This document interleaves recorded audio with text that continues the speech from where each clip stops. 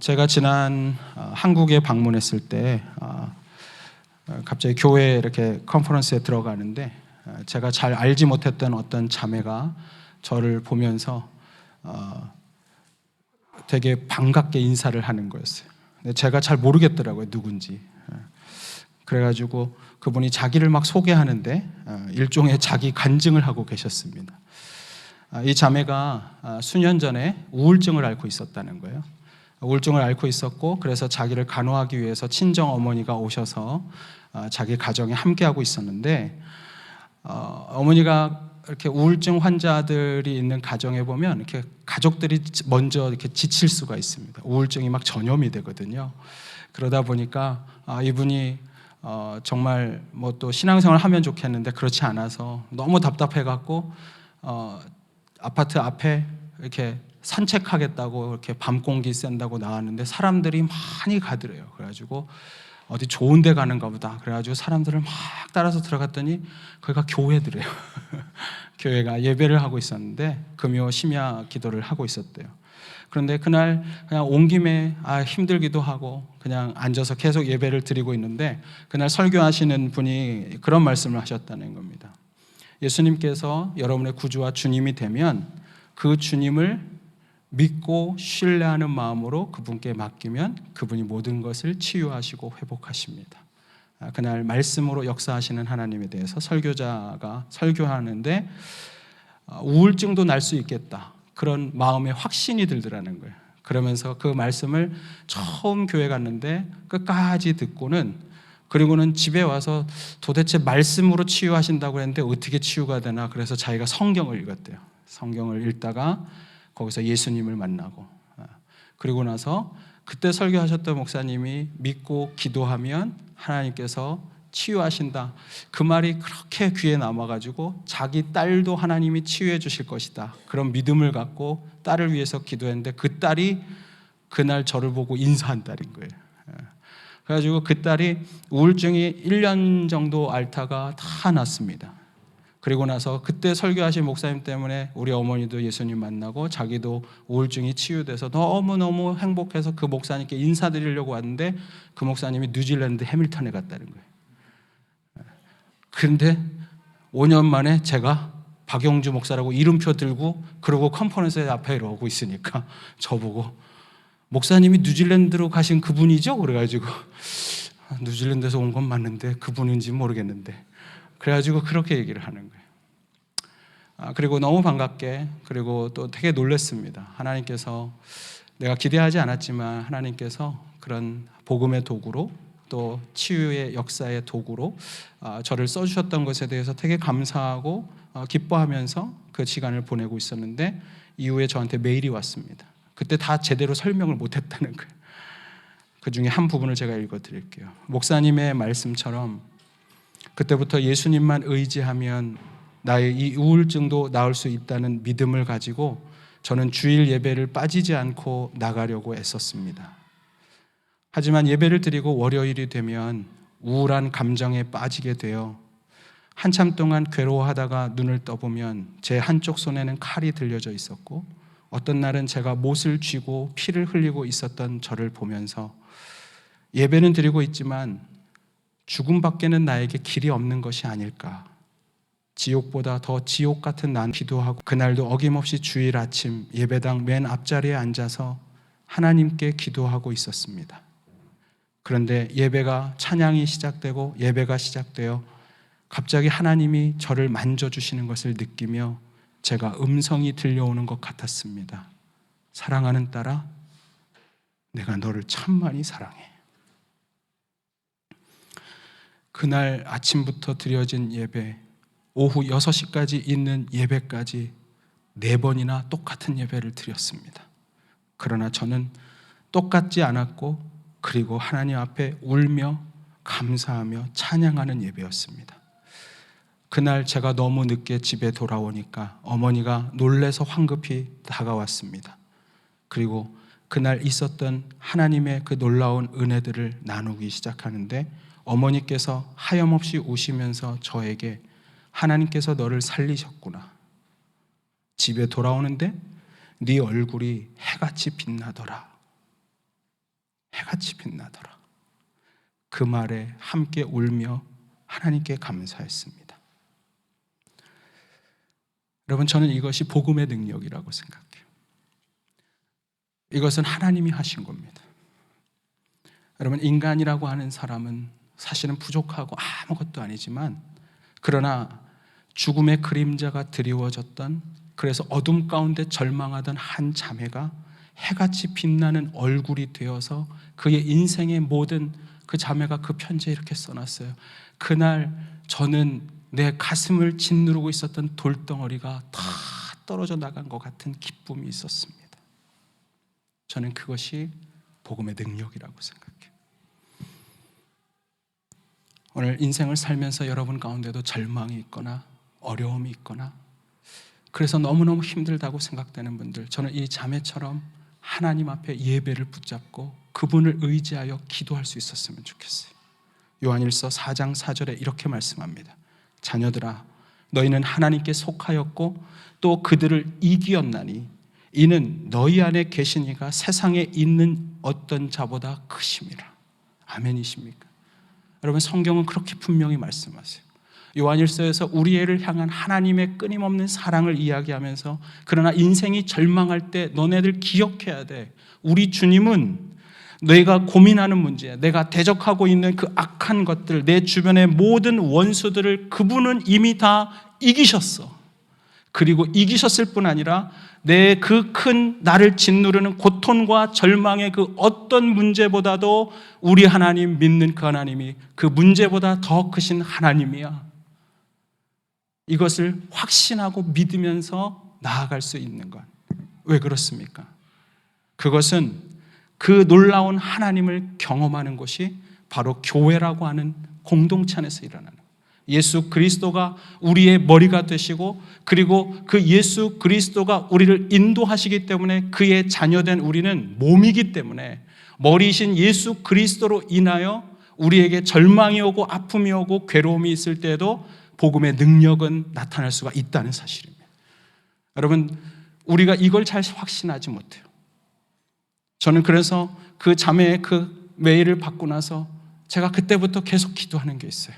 하나님, 우리 교회에서 예배하는 모든 예배의 순간순간마다 아동부, 청소년, 1부, 2부 예배, 수요 기도에 오는 모든 사람들마다 하나님, 들어올 때는 얼굴이 어둡고 절망하고 괴롭고 세상을 살다 보니까 그렇게 좌절하는 마음을 갖고 올지 모르지만, 예배당을 떠날 때는 복음의 능력을 나타내시는 예수 그리스도 그분의 치유와 회복이 몸과 마음을 온전히 치유해서 다시 살아갈 힘을 얻는 복음의 능력이 나타나는 우리 교회가 되게 하여 주시옵소서. 저는 이것을 확신하고 있습니다. 그리고 이것을 날마다 기도합니다. 왜냐하면요, 인생을 살아가다 보니까 세상이 너무너무 힘든 거예요. 세상이 너무너무 절망스러운 거예요. 그러다 보니까 괜히 그전에는 전혀 나는 그렇게 옹졸한 인생 살지 않았는데 어느 날 세상 사람들 때문에 내가 그렇게 옹졸한 인생이 돼버렸고, 그리고 나는 좌절하고 있고 멀리 보던 나의 시야가 절망이 되고 닫혀버렸고, 그래서 내 인생이 왜 이렇게 비전이 없고 꿈도 없는 인생이 됐나, 그저 먹고 사는 것 하나 때문에 이렇게 내가 정말 아무것도 아닌 존재였나. 여러분, 세상에 살다 보면 그런 느낌이 들 때가 있어요. 그러나 오늘 성경은 이야기하는 거예요. 세상을 살아가는 우리는 그리스도의 몸입니다. 여러분, 몸인데요, 여기서 중요한 건 이거예요. 사람들은 늘 부족해요. 여러분, 교회라고 하는 오늘날 이 땅의 교회들은 다 문제투성이 아닙니까? 제가 지난주에도 말씀드렸지만 목사인 저 같은 사람들도 문제고, 교회에서 세상에서 욕먹는 것을 보면 여러분, 말도 안 되는 일들이 교회 안에서 일어나요. 몸이라고 하니까 여러분, 손가락이 부러져 있는 교회도 있고요, 장기가 다 파손이 되고 염증 세포가 돌아다녀가지고 언제 뇌에 가가지고 막 그럴지 걱정하고 있는 그 사람과 같은 교회들이 얼마나 많은지 몰라요. 여러분, 그럼에도 불구하고 여러분, 교회가 왜 세상의 소망일까요? 우리의 이 연약함 때문에 교회가 다투기도 하고 목사를 끌어내리기도 하고 교회에서 내쫓기도 하고 장로를 내쫓기도 하고 집사를 내쫓기도 하고, 그런 말도 안 되는 일들이 사랑의 공동체라고 하고 성령의 은사가 나타난다고 하는 교회에서 왜 일어나는가? 우리가 부족하기 때문에 그래요. 우리는 염증이 있는 거예요. 우리는 건강하지 않아요. 그런데도 우리가 그럼에도 불구하고 우리의 교회가 세상의 소망인 이유는 예수 그리스도께서 그런 우리들을 이끌고 가시면서 우리를 여전히 변화시키시고 사랑하셔서 우리를 이끌어 주시는 그분이 교회의 머리가 되시기 때문인 것입니다. 오늘 그걸 이야기하는 거예요. 오늘 에베소서 말씀에서 강조하는 게 이거예요. 또 만물을 하나님의 능력이, 여러분 18절, 19절, 20절에 보면 예수 그리스도를 죽은 자 가운데서 살리셨고 그분의 능력이 온 세상의 만물들을 다스리도록 통치할 수 있도록 영광스러운 자리에 앉히셨고 그분의 능력이 그 예수 그리스도로 하여금 교회의 머리가 되시고 너희는 교회의 몸이 되었느니라. 하나님의 능력이 나타나는 이유가 뭐냐면 그분이 이 교회를 여전히 붙잡고 있고 교회를 인도해 가시는 머리가 되시기 때문이라는 거예요. 여러분 그것을 믿어야 돼요. 그것을 믿는 자들에게만 그런 놀라운 하나님의 은혜와 하나님의 이끄심이 경험되는 거예요. 저는 우리 교회가 정말 예수 그리스도가 우리 교회의 머리가 되십니다. 내 인생의 머리가 되십니다. 내 인생을 이끌어가는 지도자는 오직 하나님 예수 그리스도 당신뿐이 이 세상에 아무것도 나는 의지할 게 없고 주님밖에 없습니다. 저는 날마다 이것을 확신하는 믿음이 있었으면 좋겠어요.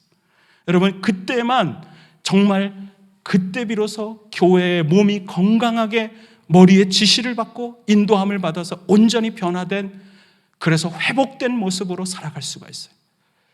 오늘 이 말씀을 묵상하면서 정말 우리 지구촌 교회가, 그리고 우리 교회에 나오는 모든 성도들이 정말 예수님이 교회 되심을 온전히 회복하였으면 좋겠는데, 하나님 그렇게 하려면 어떻게 해야 됩니까? 말씀을 묵상하는 가운데 저에게 두 가지 질문을 하면 좋겠다는 생각이 들었어요. 우리가 매일매일을 살면서 예수 그리스도가 내 인생의 내 머리가 되시고 내 전부가 되십니다는 고백을 회복하게 하기 위해서, 예수님이 교회의 머리 되심을 회복하기 위해 내가 매일매일 드려야 될 두 가지 질문, 저는 이거 하면 우리가 그것을 경험한다고 생각해요. 첫째는 이것입니다.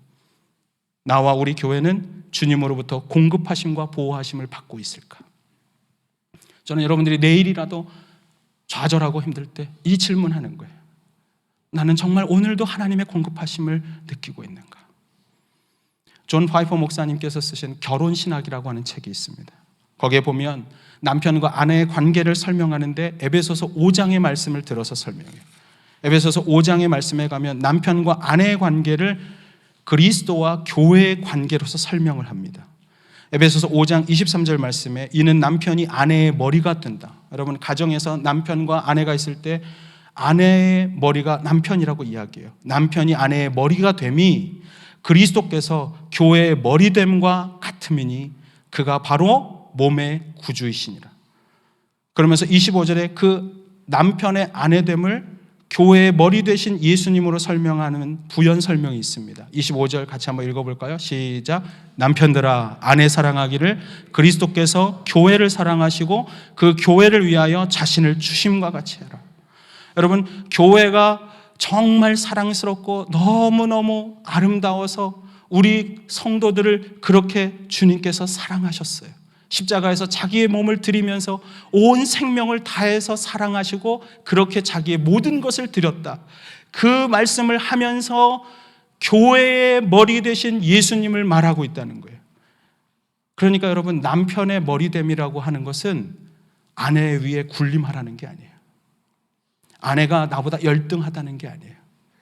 여기서 보면 남편이 아내를 사랑하는 것, 여러분 그것은 뭐냐 하면 예수님께서 자기의 전 존재를 걸고 성도들을 구원하기 위해 희생했던 것처럼 남편이 해야 될 희생 그리고 변하지 않는 사랑의 책임을 다하는가, 이게 되게 중요하다는 거예요.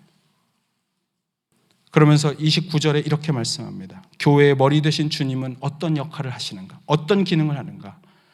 여러분 교회 안에서 예수 그리스도께서 머리가 되시면 여러분에게 어떤 일을 하시는가. 성경이 이렇게 말해요. 29절에 누구든지 언제나 자기 육체를 미워하지 않고 오직 양육하여 보호하기를 어떻게 한다고요? 그리스도께서 교회에게 함과 같이 하나니. 여러분 교회에서 하나님의 그런 공급하심을 여러분들이 느끼고 계십니까? 하나님의 공급하심을 느끼세요? 양육하고 보호하심을 느끼세요? 양육이라는 말의 헬라어 티세노스라고 하는 말은 먹이다, 기르다라는 뜻이에요. 그냥 뭔가를 주는 게 아니라 잘 자라도록 아버지의 마음으로 그렇게 길러내는 거예요. 그런가 하면 보호하다는 말은 소중히 여긴다는 거예요. 소중히 여기는 마음 때문에 보호하고 싶은 거예요. 여러분, 남편이 아내를 그렇게 소중히 여기면서 보호하기를 원하고, 그리고 그런 마음으로 함께 잘 가정이 양육되기를 원한다 그러면 그 가정이 얼마나 행복한 가정. 똑같이 이야기하는 거예요. 여러분, 교회가, 아니 여러분들 자신이 예수 그리스도께서 우리를 소중히 여기고 내 삶을 인도해 가신다는 것, 여러분 그걸 날마다 경험하고 계시나요? 그분이 내 인생의 머리가 되셔서 그분이 나를 인도하고 있다. 제가 아까 말씀드렸던 그 자매의 그런 신앙의 고백을 여러분들이 할 수 있도록 여러분 오늘도 그 하나님의 머리 되심을 경험하고 있습니까? 선뜻 예라고 대답하기 어려운 분들은 존 파이퍼 목사님이 한 이 말씀을 잘 기억하세요. 우리가 왜 그것을 경험하지 못하는가? 예수 그리스도께서 머리가 되시고 여전히 교회를 이끌어가기는 하지만, 그러나 어떤 사람들은 그 이끄심을 왜 경험하지 못하는가? 그는 이렇게 설명합니다. 결혼 생활을 유지한다는 것은 사랑을 유지하는 것이 아니라 언약을 지키는 것이다. 여기서 사랑을 유지한다는 건요, 사랑의 크기를 유지한다는 거예요. 여러분, 여기 젊은 사람들 가운데 이런 세상의 거짓말에 속으면 안 돼요. 그게 뭐냐 하면 사랑해서 결혼한다는 거예요. 사랑해서 결혼하는 거는 맞는데, 여러분 결혼하고 결혼 관계, 부부 관계를 계속해서 유지하는 건요, 사랑이 아니라는 거예요. 성경에서 이야기하는 것은 사랑의 크기가 신혼 때처럼 커가지고, 그러다 여러분 애 낳고 바빠지고 먹고 살고 그 다음에 미래가 걱정돼서 열심히 뛰어다니고 그러다 보면 왠지 사랑이 좀 주는 것 같지 않습니까? 여러분들은 안 그러셨어요? 다른 교회는 그랬대요. 그러면 한 2년 3년 지나면 정신없이 살다가 야, 이러려고 결혼했나? 이런 경우가 있어요. 그 질문이 잘못됐어요.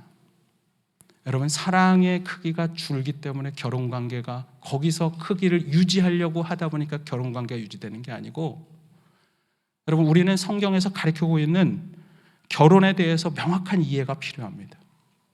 여러분, 가정은요, 사랑의 감정에 의해서 유지되는 게 아니라 사랑하고 나를 드리고 나를 정말 전적으로 다 드려도 아깝지 않을 이런 놀라운 사랑을 알게 한 그 배우자를 위해서 내가 그 사랑을 끝까지 지켜내겠다는 헌신, 책임, 그것을 위해 몸부림치는 그 노력 속에서 언약을 지켜가는 몸부림 때문에 여러분 결혼과 가정은 유지가 되는 거예요.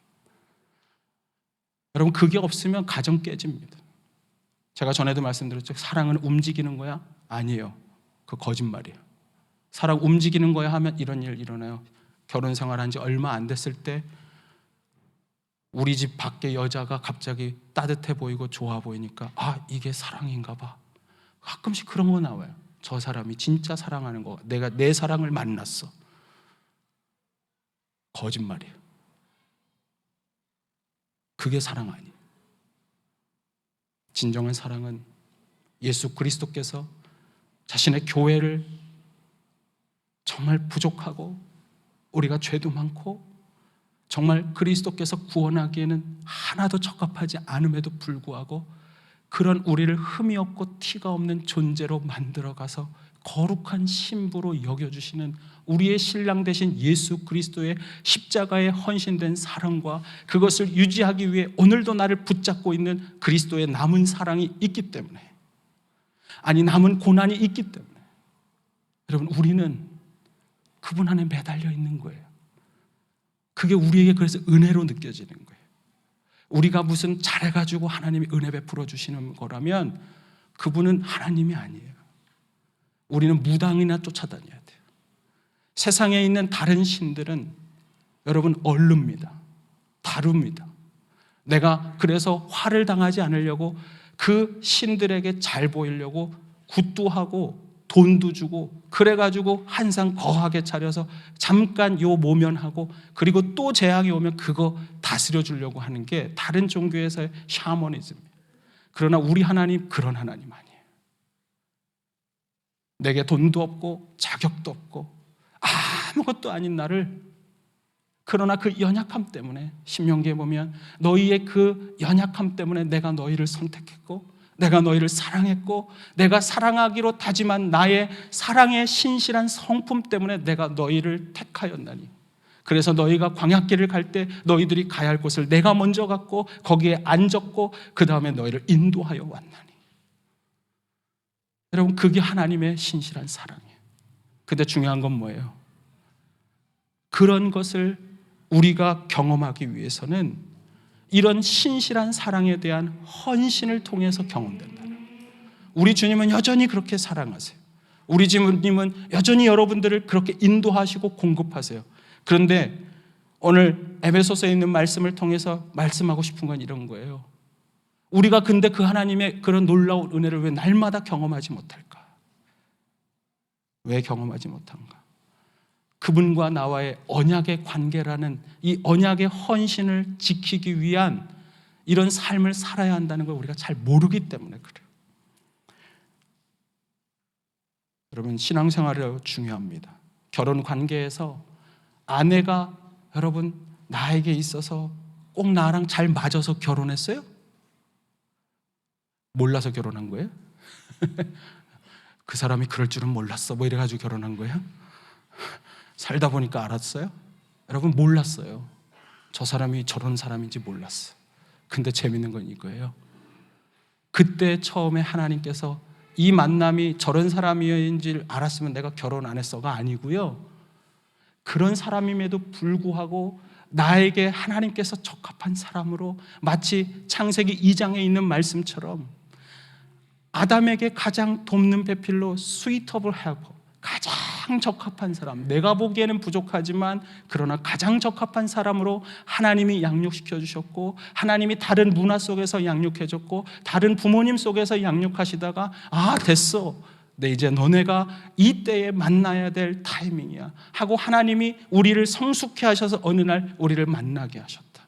이것은 나의 노력도 아니고 내가 부족한 열등감에 도피처가 돼가지고 결혼하는 것도 아니고, 이것은 내 이기적인 목적으로 내가 뭘 성취하기 위해 결혼하는 것이 아니라, 이것은 사람이 하는 것도 아니고 하나님이 축복하셔서 계획하셔서 그분의 섭리와 플랜 속에서 우리 아내와 내가 이런 가정을 이루게 하셨다면, 오늘 지금 모족해 보이지만 그러나 그럼에도 불구하고 나는 이것을 더 채워가는 그런 신실한 하나님의 사랑처럼 사랑할 수가 있어.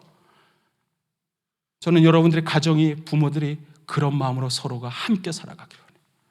여러분, 그래야 그 안에 있는 가정의 자녀들이 건강한 부부관계가 뭔지 아는 거예요. 진짜 성경적인 부부관계가 뭔지 알고, 그런 자녀들이 세상을 나가서도요, 세상에서 나를 절망케 하고 쓰러지게 하는 일, 그런 일을 수많이 겪어도 하나도 쓰러지지 않아요.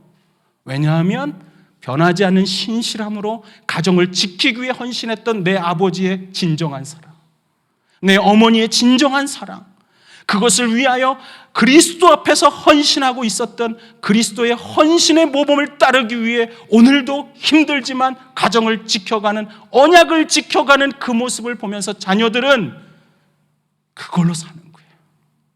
세상에서 아무리 죽일 것 같이 폭탄과 같은 포화를 쏟아내도요, 우리 자녀들 하나도 겁내지 마세요. 여러분 재산 물려줄 거 없다고 걱정하지 마세요. 쓸데없는 생각하지 마세요. 그건 믿음 없는 소리예요. 여러분, 그럴 때일수록 더 중요한 건 이거예요. 내가 하나님께서 짝지어 주신 이 가정을 지키기 위해 나는 사랑의 헌신을 약속했습니다.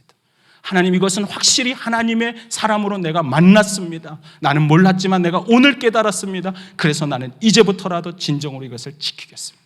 중요한 건 이거예요. 신앙생활이 그렇다는 거예요. 여러분들이 하나님과, 우리를 그리스도의 신부라고 그런다고 그랬죠. 하나님과 그 관계로 그분 앞에 언약을 지키기 위해 몸부림치라는 거예요. 몸부림치. 하나님은 여전히 인도하세요. 여전히 사랑하세요. 근데 중요한 건 뭐냐면, 교회 와가지고 그 하나님을 만나지 않고 그분 앞에 그것을 결단하고 오늘을 살아가는 그런 삶이 없으면, 아무리 많은 만남을 갖고 수많은 사람을 만나도요, 우리는 전혀 채워지지 않고 고독하고 외롭고, 우리는 그분의 인도하심을 경험할 수가 없어요. 심리학자 칼 로저스가 그렇게 말했습니다. 오늘 이 인생을 살아가는 사람들이 두 가지 이유 때문에 고독하다는 거예요. 우리가 수많은 사람들을 만나고 있고, 카톡을 한다든지 SNS를 한다든지, 이제는 호주에 있든지 한국에 있든지 어느 도시에 있든지 화상통화도 하면서 다 만나는데, 그런데 우리가 왜 이렇게 외로울까? 왜 이렇게 외로울까? 두 가지인데, 첫째는 뭐냐 하면 내가 내 전 존재를 걸고 사랑할 만한 사람, 전 존재를 걸고 사랑할 만한 꿈, 전 존재를 걸고 사랑할 만한 그런 존재를 만나지도 못했고 그것을 상실했을 때 외롭다는 거예요. 그런 마음이 들더라고요. 맞아요. 여러분, 인생에서 어느 날 외롭냐 하면요, 그렇게 전 존재를 걸고 있었던 그 사람들을 잃어버리는 날 사람들이 외로움을 느껴요.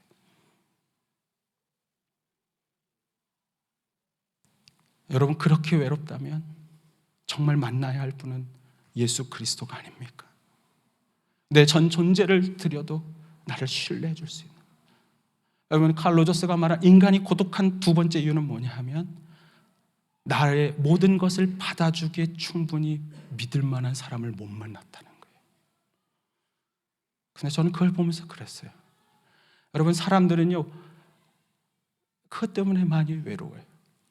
그런데 그러면서 외로운데 진짜 외로움은 이거라는 거예요. 그걸 못 만났다고 말하면서 자기 자신을 신뢰하지 못하는 마음, 자기 자신에 대해서 절망할 때, 그때 외로워요. 그래서 사람들 속에 있지만 내가 풀지 못하는 숙제 때문에 절망하고 있으면 이렇게 많은 사람들, 좋은 사람들 있어도 그 사람은 외롭고요. 그러나 내가 홀로 세상을 살아나가는 것 같지만 여전히 나를 지지하고 나를 인정하는 게 있으면 사람들은 결코 외롭지 않아요. 근데 정말 중요한 건 내가 믿어도 될 만한 예수 그리스도, 내가 다 걸어도 나를 실망시키지 않을 그분이 내 인생의 머리가 되시고 그리고 내 인생의 주관자가 되시고, 그래서 그분 앞에 나는 사랑의 헌신을 하기로 했기 때문에 오늘도 그것을 위하여 지키는 나도 주님 앞에 언약의 관계로 나아갑니다. 여러분, 여러분의 남편이 여러분의 남편으로서의 책임을 다하고 성실한 사랑의 그런 모습을 하는 남편이 되기를 원하시는 아내 여러분, 여러분께 부탁드릴게요. 남편의 머리됨을 인정해 주세요. 여러분의 남편을 존중해 주세요. 머리됨을 인정하는 그 마음이 똑같이 예수 그리스도가 내 인생의 머리라고 고백하는 마음이 없을 때, 우리가 정말 그렇게 인정하지 못하기 때문에 그런 은혜를 누리고 있지만 못 느끼는 거예요. 누리고 있지만 못 경험해요. 그거를 경험한 그 순간 어거스틴은 그의 젊은 시절을 수많은 매춘녀들과 함께 인생의 학문도 공부하고 많은 학문을 가졌지만 잘못된 종교를 따라가서 그렇게 몸을 만신창이를 만들다가, 그러다가 그가 청춘을 다 보내고 주님 앞에 돌아왔을 때 그가 이렇게 말했어요. 오 주님, 나는 영혼은 주님 앞에서만 온전히 평안할 뿐입니다. 다른 이 세상 어디에도 평안할 수 없습니다. 오직 주님께만 평안합니다. 여러분, 교회의 주님이 되신 그 예수 그리스도가 교회의 머리 되심은 바로 그것을 경험하는 거예요. 저는 여러분들이 예수 그리스도를 내 인생의 머리로 정말 마음에 인격적으로 존중해 주세요. 살면서 바쁠 때, 힘들 때 제가 안 되는 유머 하지 말라고 우리 막 그럼에도 제가 보니까 용기를 좀 내야겠더라고요. 제가 그 형제가 그래도 웃어준다고 그랬어요. 요 앞에 있는 형제 있어요. 웃어줄 거라고 내가 한 명은 내가 믿고, 제가 뭔 유머를 해도 다 웃어준다고 저한테 그랬어요 그때. 그래서 제가 너무 썰렁해갖고 그래도 용기를 내려고 그래요.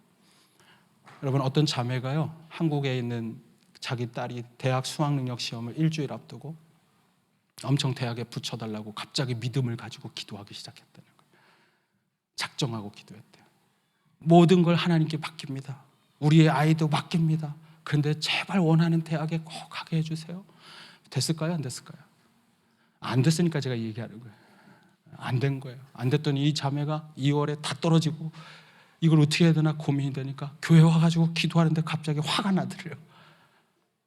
하나님 어쩌자고?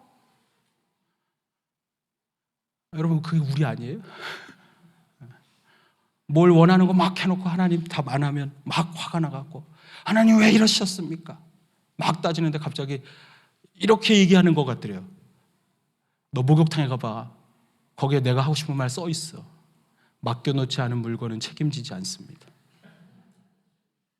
제가 지금 무슨 말 하는지 아세요?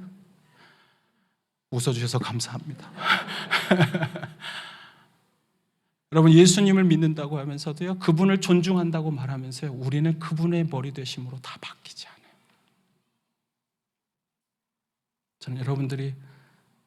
저는 하나님이 꼭 그렇게 말하는 것 같아요. 맡겨놓지 않은 물건은 책임지지 않습니다. 뒤집으면 이거예요. 네가 언제 너의 머리로 나를 한 번이라도 대접한 적이 있니? 네 인생에서 너 필요할 때는 이런 건 얘기했지만, 그러나 정말 내가 너의 인생에서 너는 네 멋대로 살면서 나를 하나님으로 한 번도 존중해 준 적 없으면서 너한테 뭘 맡겼다는 거야? 여러분, 언약의 관계예요. 저는 여러분들이 예수 그리스도를 정말 내 인생의 머리로 온전히 인격적으로 존중하고 그리고 그분을 따르겠다고 다짐하는 그런 믿음의 고백을 날마다 선포하게 될 때, 그때 머리 되시는 주님의 공급하심과 인도하심은 여러분 더 많이 배가 될 거예요. 아멘이세요? 우울증도 떠나갈 겁니다. 우리 안에 있는 어려움들, 이런 것들 주님이 다 치유하길 원하세요.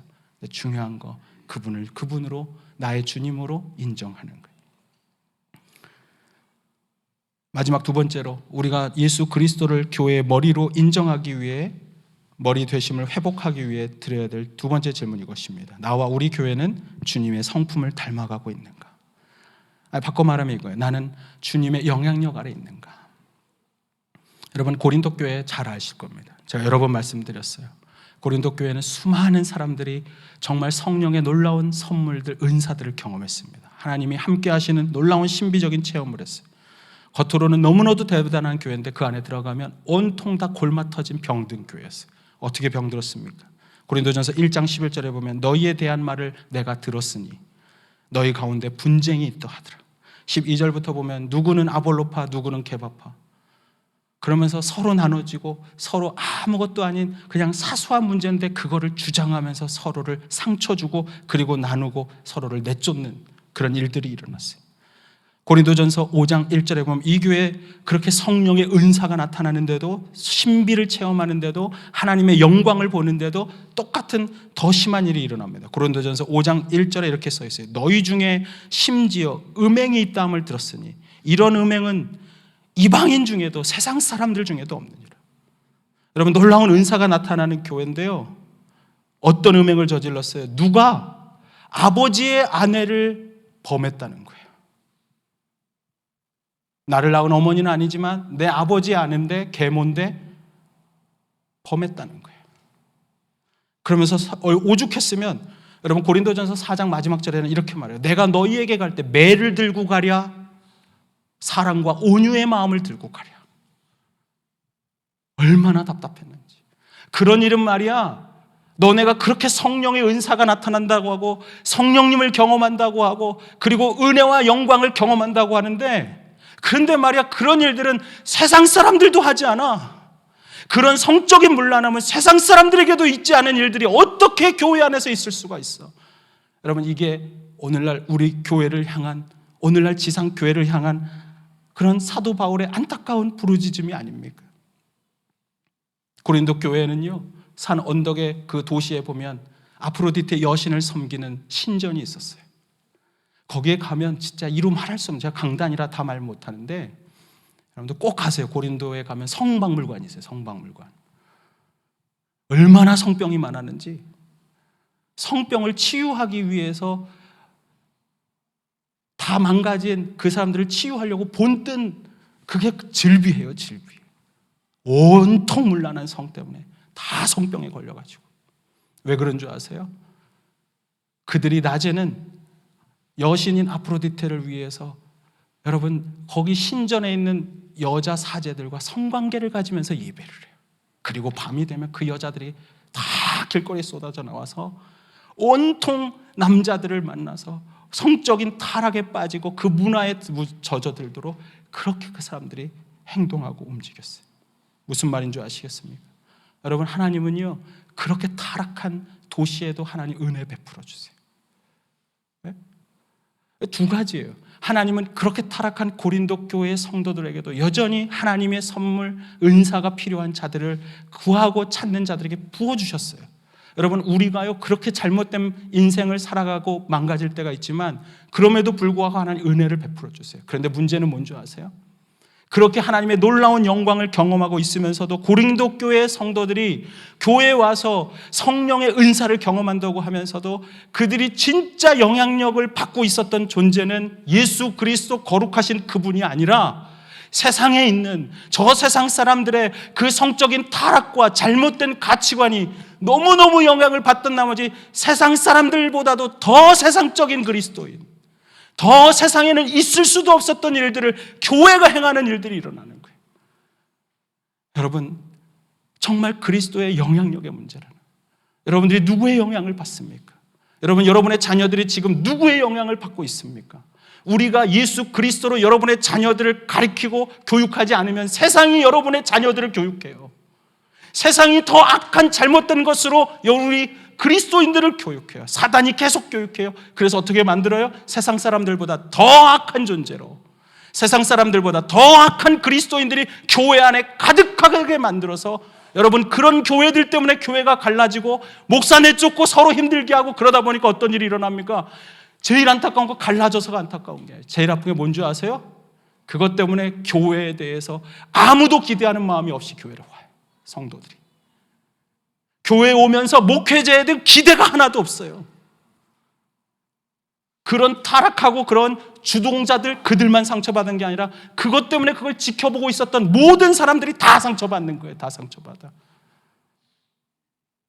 그 사람들을 욕하면서 상처받고, 잘못된 시각을 갖고, 목회자를 신뢰하지 않고, 예수 그리스도를 신뢰하지 않고, 교회를 신뢰하지 않고, 그런데 무슨 교회에 와서 하나님의 영향을 받습니까?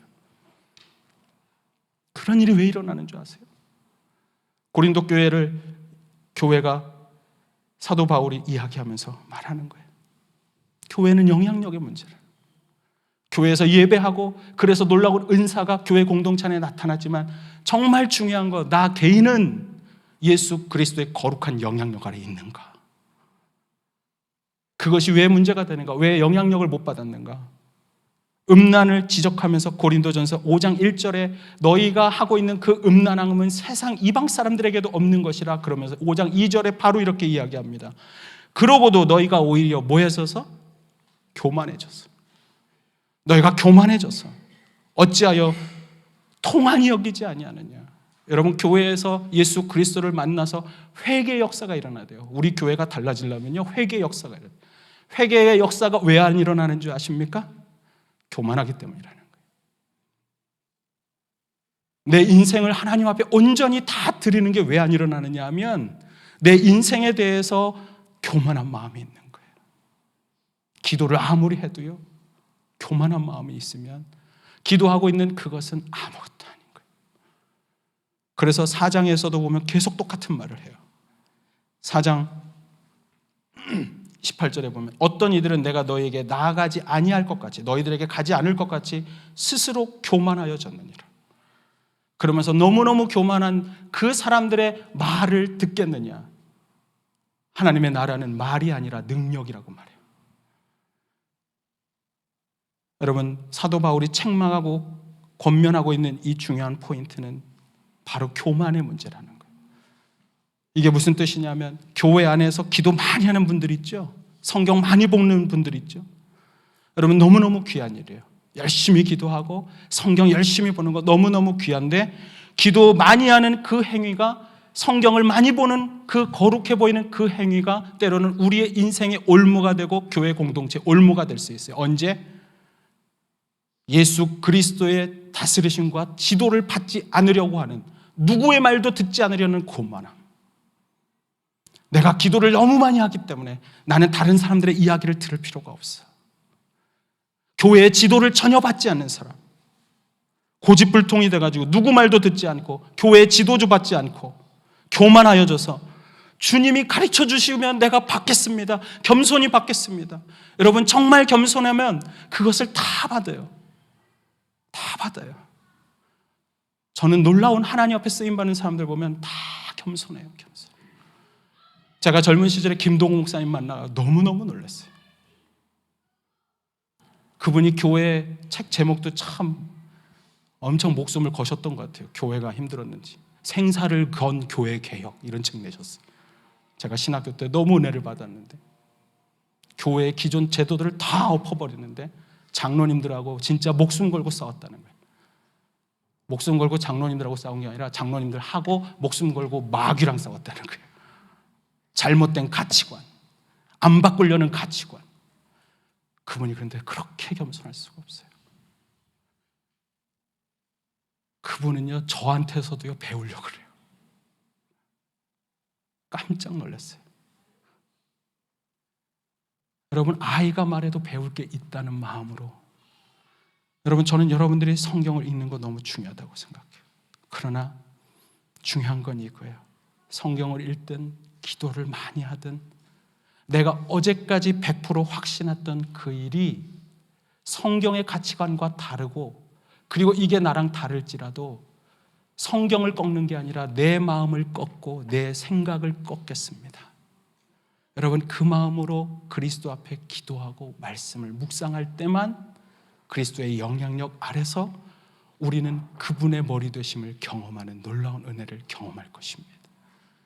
저는 우리 교회가 그런 하나님의 복음의 역사가 여러분 날마다 경험되기를 원합니다.